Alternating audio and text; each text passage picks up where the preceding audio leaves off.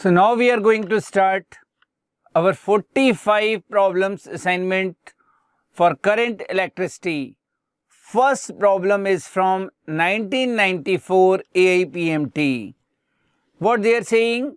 They are asking if a flow of 10 to the power 7 electrons per second in a conducting wire, it will constitute a current of, we know that what is current? Current is rate of flow of charge. Charge is flowing in the form of electrons. So Q is equals to NE. What they are saying? 10 to the power 7 electrons. And 1 electron means 1.6 into 10 to the power minus 19 coulombs. So charge is in coulomb and time is 1 second. It is in second. Coulomb per second means ampere. So what we are getting? 1.6 into 10 to the power minus 12 ampere. So we will go with A option. We will go with A option. Next. From the graph between current I and voltage V, identify the portion corresponding to negative resistance. See, we have to plot a tangent. If tangent is making an obtuse angle with voltage axis, it means resistance should be negative because slope will represent the resistance. So you can see if in this CD portion at any point you draw a tangent, it will make an obtuse angle. So slope in this portion, which is equal to resistance, is equals to tan theta, and since theta is obtuse and in second quadrant tan theta is negative, therefore resistance in this portion, it should be negative. So we are going with option A. Third problem, it is from 1999 AIPMT. It is both B and C, ohmic, non-ohmic. The resistance of a discharge tube, we know that since its graph is not a straight line, so we can say it is a non-ohmic resistance.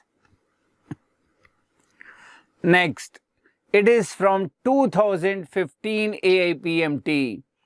A cross metallic conductor of non-uniform cross section, a constant potential difference is applied.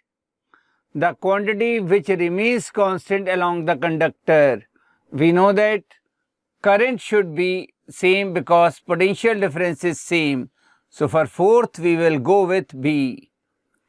Current density, you know that I upon A. A is different, it cannot be same. Again in the formula of drift velocity, we saw that it cannot remain same. Electric field, it should be different, so only current will be same if potential difference is same. 1991 AIPMT, they asked the velocity of charge carrier of current in a metal under normal condition. Under normal condition, when you are not applying any potential difference, they are moving here and there and so many collisions. Due to collisions, again velocity is becoming zero, again they are accelerating. So it is a very low velocity, means a fraction of millimeter per second. The mean free path of electrons in a metal is this. The electric field which can give on an average 2 electron volt energy to an electron in the metal will be, we know that work means energy and energy is force into displacement. Energy means work, work means force into displacement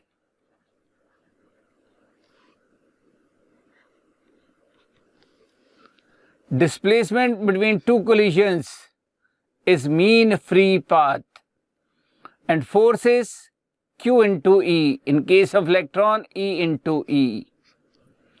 Displacement means mean free path. If you want to calculate E, it is energy which is given 2 electron volt. But we should not put in electron volt. We have to take care of it is energy. So E should be equal to energy divided by electronic charge into mean free path. What is energy? 2 electron volt.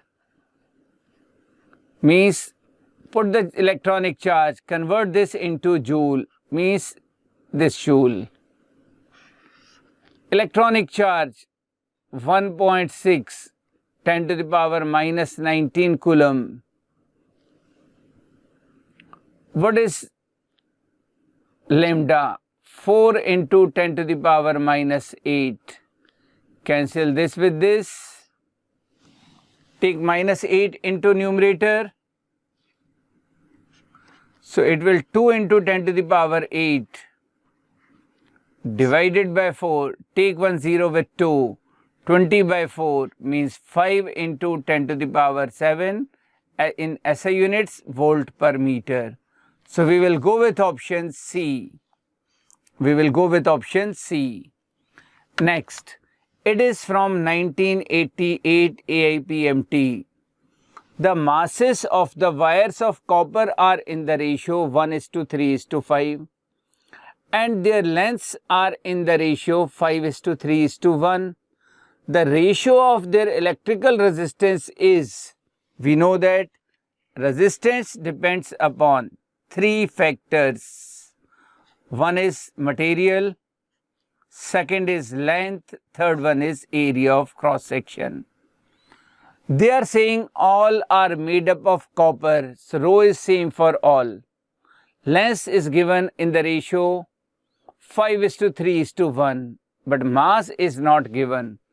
So first we have to replace this area of cross section because it is not given, but mass is given. So we want in this place mass. Now see, what is mass? Mass means volume into density. I am taking density D because rho I am using for specific resistance. So what is volume? Volume is area of cross section into length. It means I can replace A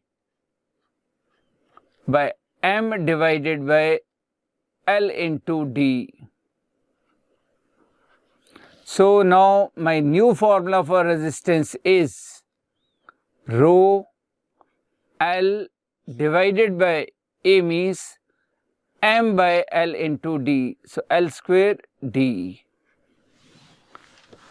So it means now for first specimen I am taking R1. Rho is specific resistance, same for all specimen. D is also same for all specimen. Length I am taking L1, mass I am taking M1. For second specimen, rho and D are same because material is same. I am taking L2 square, this I am taking M2. R3, rho D is same, I am taking L3 square by M3. It means R1 is to R2 is to R3. Remove the common terms. It should be L1 square by M1 is to L2 square by M2 is to L3 square by M3. For competitive and for fast calculation, What they gave? They gave mass in the ratio 5:3:1. Means if I will choose M31, M2 will become 3, M1 will become 5. So what I am doing now? I am putting the numbers. If I am taking M31,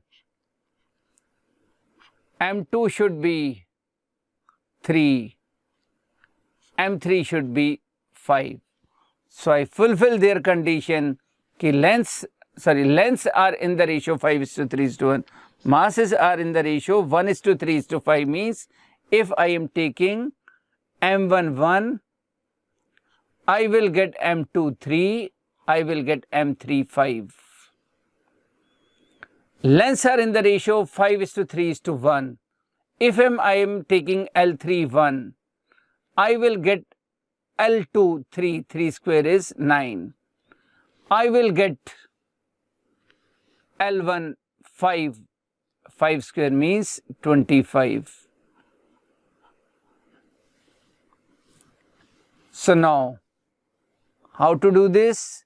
Multiply the whole term by 5. What is the ratio? Ratio we are getting. First I am multiplying by 5. What I am getting? If multiplying all ratios by same number, ratio will not disturb. You know that 4/2 is equals to 8/4. If I am multiplying whole ratios by 2, what I will get? Same. Again it will be same. So multiplying all ratios by 5, we are getting 125:1 is to 45:3, 1/1. Now it will become 15. So I got my answer 125:15:1. So we are going with option D. Next, it is from 1992 AIPMT. A piece of copper and a piece of germanium. What is germanium? A semiconductor. Are cooled from room temperature to 80 Kelvin, then which one of the following is correct? Resistance of each will increase. Resistance of each will decrease. Resistance of copper will decrease while the germanium will increase. Resistance of copper will increase while that of germanium will decrease. Now concept is different for both. Copper is a conductor, germanium is a semiconductor. What is the fundamental of germanium or semiconductor? If you are increasing the temperature, bonds are breaking and conductivity of semiconductor is increased with increase in temperature. But it is just opposite in metals. If you are increasing the temperature, electrons are getting high energy, number of collision is going to be increased, means resistance is increasing. So both are moving in opposite directions. So with which answer we should go? C. Resistance of copper will decrease if you are cooling them, but resistance of germanium will increase. It means now to break covalent bond, you need much energy. So we will go with option C. Next, it was asked in 1994 AIPMT. Identify the set in which all three materials are good conductor of elasticity. All of you know that the best conductor is silver because it has maximum number of free electrons. So metals are best conductors, and between metals number 1 is silver. So we will go with option A, All are good conductors, copper, silver and gold. So option A is correct. 10th, it is from 1994 AIPMT. A wire 50 centimeter long and 1 millimeter square in cross section carries a current of 4 ampere when connected to a 2-volt battery. The resistivity of the wire is. We know that what is resistivity?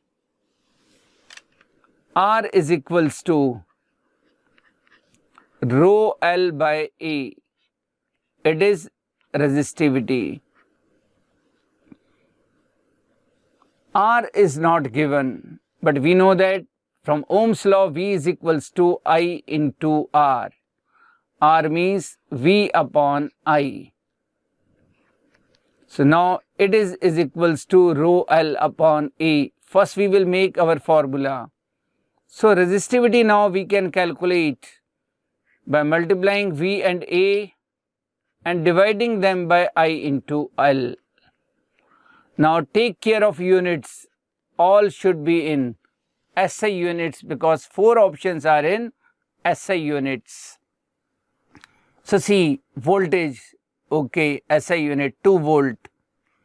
Area of cross section 1 millimeter square, not SI unit. We have to convert both millimeter into meter. Milli means 10 to the power minus 3. Current, ampere, SI unit. Length 50 centimeter, not SI unit. Divide by 100. So you will get in meter. So now it is SI unit and SI unit of resistivity is ohm meter. So only we have to find 100 into 2, 200, 50 into 4, 200. So what we are getting? 10 to the power minus 6 ohm meter. So we will go with option B. Next, it is from 1997 AIPMT. 3 copper wires of length and cross-sectional area, different is given. Resistance is minimum in. First we will write resistance in terms of these, means L and A. What is the formula for resistance? Formula for resistance is rho L by A. Rho is same for all. Means now resistance will depend upon L by A. For which this ratio has greatest value, that has greatest resistance. For which it has minimum value, it has minimum resistance. But they are asking about resistance is minimum in. For first wire or A option, L upon A is, L is L. First wire, first we are talking about first wire. We will do 1, 2, 3, 4. It is for first wire. L by A. So we got L by A. For second wire, length is 2L. Area of cross section is A by 2. So what we are getting? 4L by A, 4 times. For third, L by 2 and 2A. In place of L, L by 2 and in place of A, 2A. So what we are getting? 1/4 of L by A. So clearly you can see minimum in the case of 3 and maximum in the case of 2. So what we will go for? For 3 it is minimum 3 means L by 2 and 2A. It is minimum for L by 2 and 2A. So we will go with option A, wire of cross-sectional area 2A. So answer of 11th was A. So 11th answer was A. Now we are moving towards 12th question. It is from 2001 AIPMT. Again same type of problem. Copper and silicon we are cooling them. Copper is conductor, silicon is semiconductor. So if we are reducing the temperature, resistance of copper will decrease, resistance of silicon will increase. So decrease in copper, increase in silicon. So we are going with A option. I told you reason in previous problem. 2002 AIPMT. What they were asking? Specific resistance of a conductor increases with, I told you that specific resistance. What is a specific resistance? I am again writing the formula. For when we were doing the derivation, what we got when we were calculating R? It was ml upon n e squared tau A. We gave specific resistance name to this term. If you increase the temperature, no change in mass of electron. It is constant. It cannot increase the number of electrons, means free electrons per unit volume. It cannot increase the electronic charge. But what is this? It is relaxation time. Time between two collisions. Electron is colliding with this, after that colliding with that. If you are increasing the temperature, it means you are increasing the energy of your system. If you have more energy, you will move fast. If you will move fast, time between collision will reduce. If denominator is reduced, means this term will increase. So we are going with A.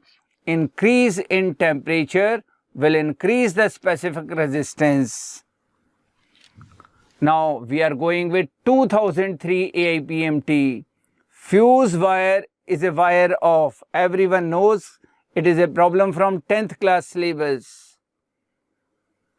It should have high resistance and low melting point, so that if voltage is suddenly increasing, it should not damage your appliances. The fuse wire will melt. Due to high resistance, it will get heat energy.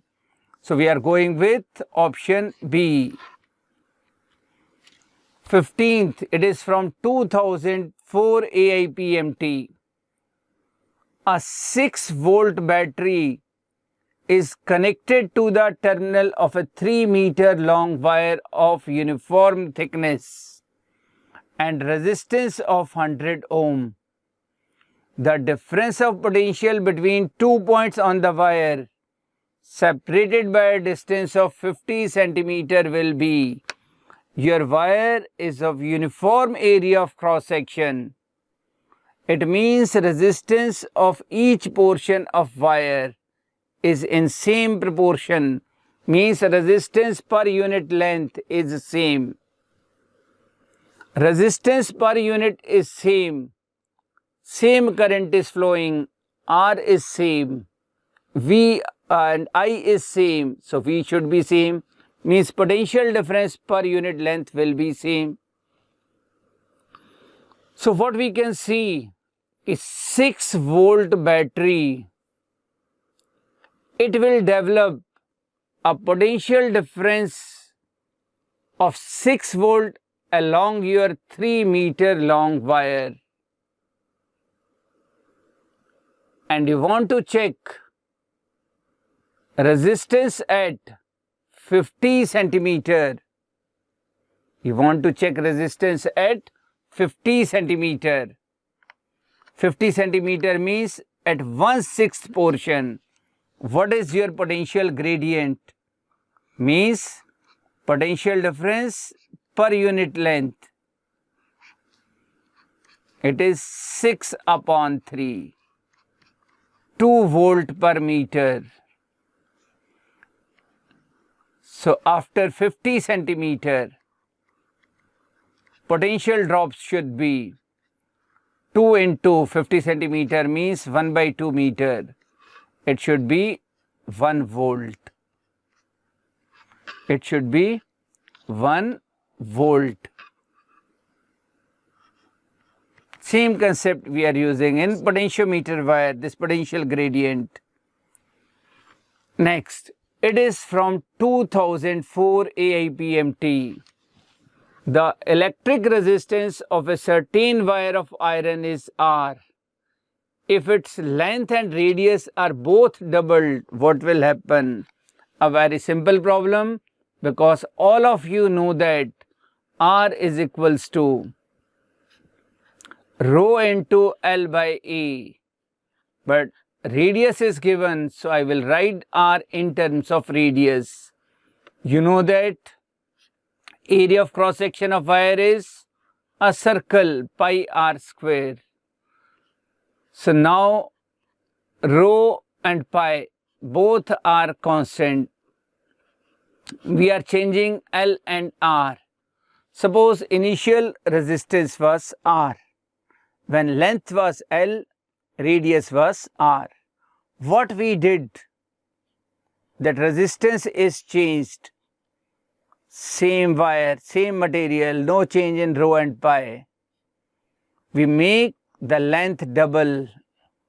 We make the radius double. 2r square means 4r square. So what additional number you are getting? 1 by 2. Rho by pi, L by r square. It is the old resistance. So what we are getting? Half of old resistance. So resistance will become half. So with which answer we should go? Since material is same, so specific resistance is constant. So we will go with option B. The resistance will be halved and the specific resistance will remain unchanged. 2008 AIPMT. A wire of a certain material is stretched slowly by 10%. Its new resistance is specific resistance become respectively. Since you are stretching the wire, material is same, temperature is same, specific resistance should be same. Means either A option is correct or D option is correct. I told you, if you are increasing the length n times, resistance will become n square times. So what is your n? You are increasing the length by 10%. If initial length was L, new length is L plus 10% of L. Means new length is 11L by 10. So what is your n? Your n is 11 by 10. So what should we change in resistance? It will become n square times, means 121 by 100, means 1.21 times. So we will go with option D. 1989 AIPMT, what they are saying, n equal resistors are first connected in series and then connected in parallel. What is the ratio of maximum and minimum resistance? When you are connecting them in series, R will be maximum. You know what will the formula? R plus R plus R. If R is the resistance, if each resistance is of value, if each resistance is of value R,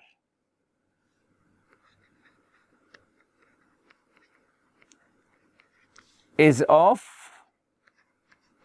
R ohm, maximum value when you are connecting them in series, R plus R plus R, you will get NR. In parallel, it will be minimum. It will become R by N. So what we are getting? The ratio of maximum and minimum. It should be NR divided by R by N. Take N in numerator and you will get N square. So we are going with option C. We are going with option C. Next, it is from 1989 AIPMT. 40 electric bulbs are connected as series across a 220 volt supply. After one bulb is fused, the remaining 39 are connected again in the series. I told you that in series, voltage is divided. What each bulb was getting? Initially 220 by 40 volt. But now number is decreased. So share of each bulb is increased. So each bulb get more voltage. So its illumination will increase. So more with 39 bulbs. So we are going with option B. So we are going with option B. Next, it is from 1990 AIPMT. You are given several identical resistances, each of value 10 ohm, each capable of carrying a maximum current of 1 ampere. It is required to make a suitable combination of these resistances of 5 ohm which can carry a current of 4 ampere. The minimum number of resistance of the type R what will be required for this job is. See, what is given? Each resistance has value 10 ohm. Each resistance can carry a maximum current of 1 ampere. It can carry a maximum resistance of 1 ampere. And in parallel combination, current divides. If all resistances are equal, a resistance will divide equally. It means we can make 4 branches. We can make 4 branches of equal resistance to whom we will supply 4 ampere current, because you have 4 ampere current, but resistance cannot tolerate the current more than 1 ampere. So it means we have to divide this 4 ampere. So minimum we require 4 branches so that it will divide in 4 parts. So each part will become 1 ampere. So we got the number of branches. Minimum there should be 4 branches. So 4 ampere will divide in 1 ampere. Next, we want total resistance of 5 ohm. We know that if they are in parallel, total resistance will be 1 branch resistance divided by 4. We want this 5. It means resistance of each branch can be 20. So it means we can connect 2 resistance of 10 ohm in series in each branch. So minimum how many resistance you required? In each branch 2, each resistance of 10 ohm. So you will get total 5 ohm. And 4 branches, it means minimum we need 8 resistance. So we are getting option C. Next, it is from 1990 AIPMT. We want to calculate effective resistance between A and B. A and B. By symmetry, you can imagine what resistance is in upside of this, same is for this. So current from this resistance and this resistance should be same. It will happen only if whole current from this will go in this direction. It means its equivalent diagram we can make like this. It is that 1 ohm, it is this 1 ohm. Current is going in this way.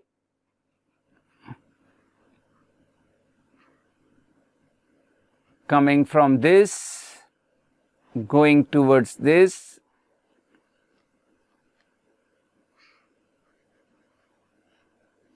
And this. So it is 1 ohm, it is 1 ohm, 1 ohm, 1 ohm, 1 ohm. First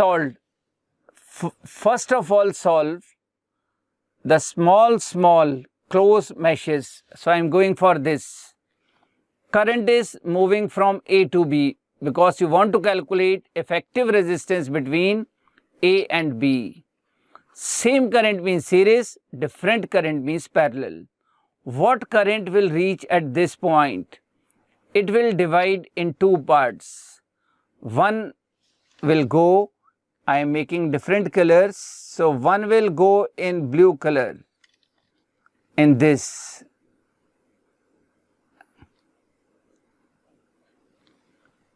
It will come in this way.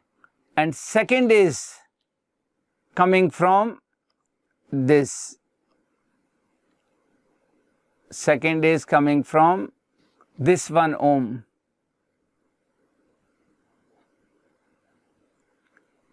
At this junction they will combine and combined current will move now from that 1 ohm.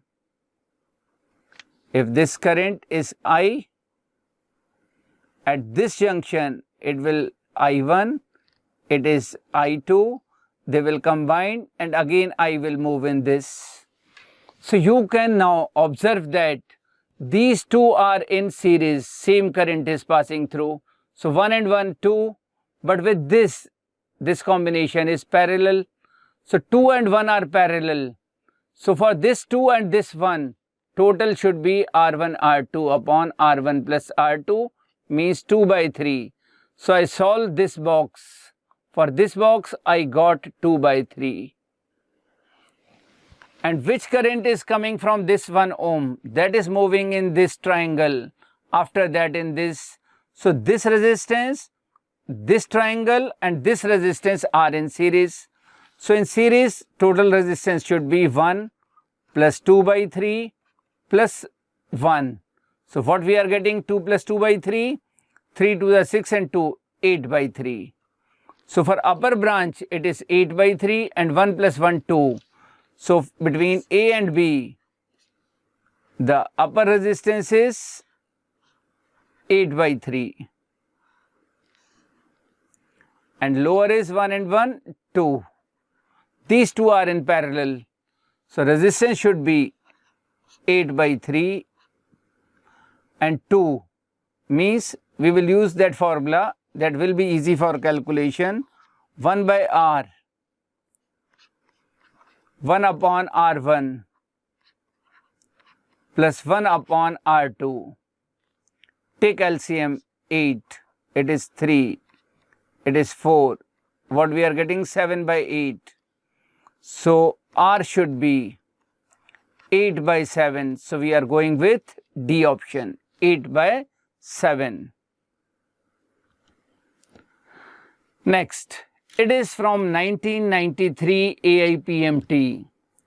Current through 3 ohm resistor is 0.8 ampere. For this they give current 0.8 ampere. We want potential drop through 4 ohm. We know that if two things are given for this resistance, we can calculate third.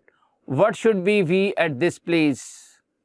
V should be I into R. 3 into 0.8, 2.4 volt. It means potential drop across 3 ohm is 2.4 volt. But we know that in parallel V should be same. 6 ohm is parallel, so V should be 2.4 here also. Now we can calculate I for this 6 ohm. I is V by R. 2.4 by 6. It means 0.4. So 0.4 current is moving from 6 ohm and 0.8 from 3 ohm. They will combine, and from 4 ohm total current should be 0.8 plus 0.4. So total current in this, it should be 1.2 ampere. If current is 1.2 ampere, so voltage across this 4 ohm, it should be I into R. 1.2 into 4, it should be 4.8 volts. So we are going with option C. Next, it is from 1993 AIPMT.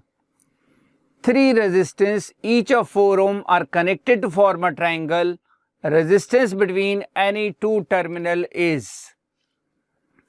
What they are saying, you have 3 resistors.